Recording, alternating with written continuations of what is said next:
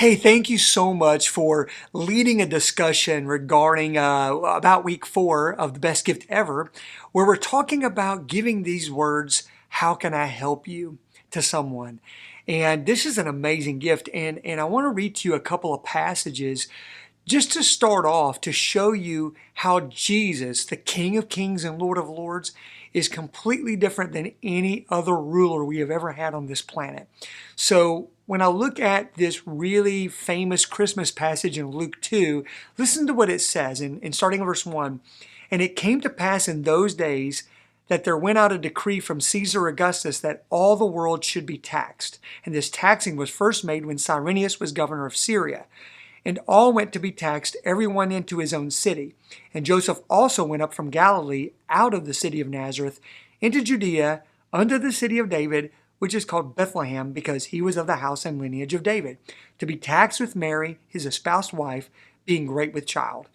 And so it was that while they were there, the days were accomplished that she should be delivered, and she brought forth her firstborn son, and wrapped him in swaddling clothes, and laid him in a manger, because there was no room for them in the inn.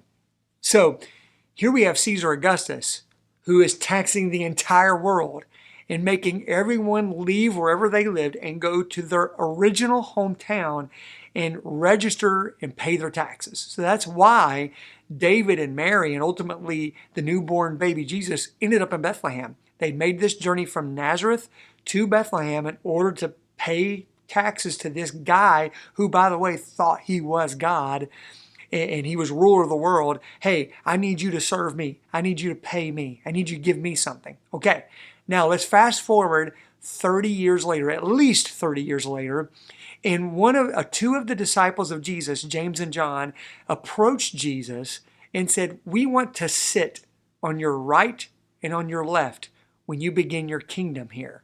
When you establish your big old awesome kingdom of Israel, we want to be ruling right next to you." Okay, so I want to read to you Mark chapter 10, starting in verse 41, and this was the response to that. When the 10 heard about this, these other 10 disciples, they became indignant with James and John.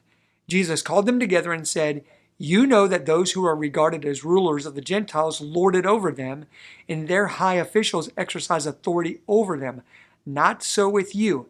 Instead, whoever wants to become great among you must be your servant. And whoever wants to be first must be slave of all. For even the Son of Man did not come to be served, but to serve, and to give his life as a ransom for many." This is different. Jesus ruled so differently.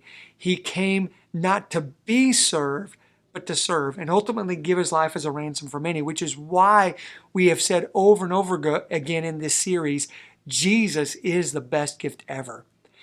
John 3:16 says, "For God so loved the world that he gave his only begotten Son, so that whoever believes in him will not perish, but will have everlasting life."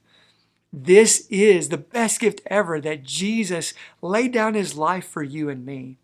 But he also sets this amazing example for us to live a life not to be served, but to serve and lay down your life for other people. And that's why this fourth best gift ever that you can give someone are these words. One of the best gifts you can ever give someone is your sincere, "How can I help you?" How can I help you? This is huge.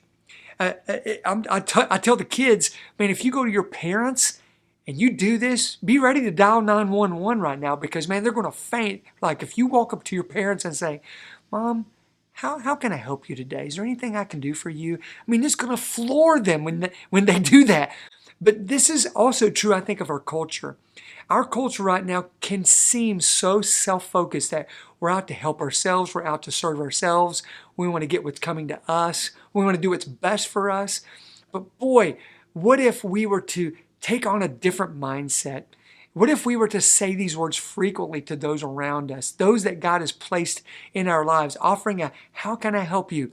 I want to tell you what you're really saying. There's 3 things you're really saying when you say the words, "How can I help you?" You're saying, "I am not here for me. I am here for you." You're saying, "I sincerely want to make your life easier and better." You're saying, "I am ready to sacrifice time and energy for you." So I wonder if you might be ready to take one of these faith steps today. First, let Jesus help you. That's one of the most important steps you can ever take. And listen, and that may sound like a simple little thing. Okay, yeah, sure, I'll let him help me. No, I believe what that's going to take is for you handing him your life and saying, okay, I no longer trust my instincts, my own knowledge, my own passions. Instead, I give all of that to you, Jesus. You are the shepherd and overseer of my soul. Show me what you want me to do.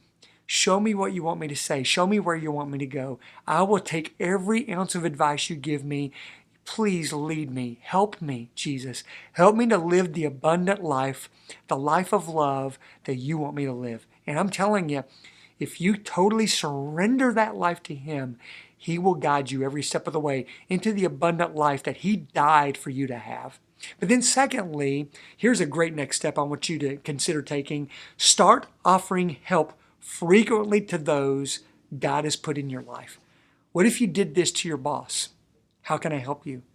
Hey, bosses, what if you did this to your employees? How can I help you?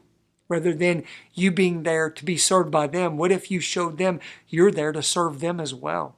This is how we show the love of Jesus Christ to the world, is to serve them, to show them the sacrificial love that Jesus has shown us. So, are you ready to take one of those steps today? I hope that you will take those steps. I hope that you will let Jesus be the shepherd and overseer of your soul, and that you will begin to show the world his love by asking this question frequently: how can I help you?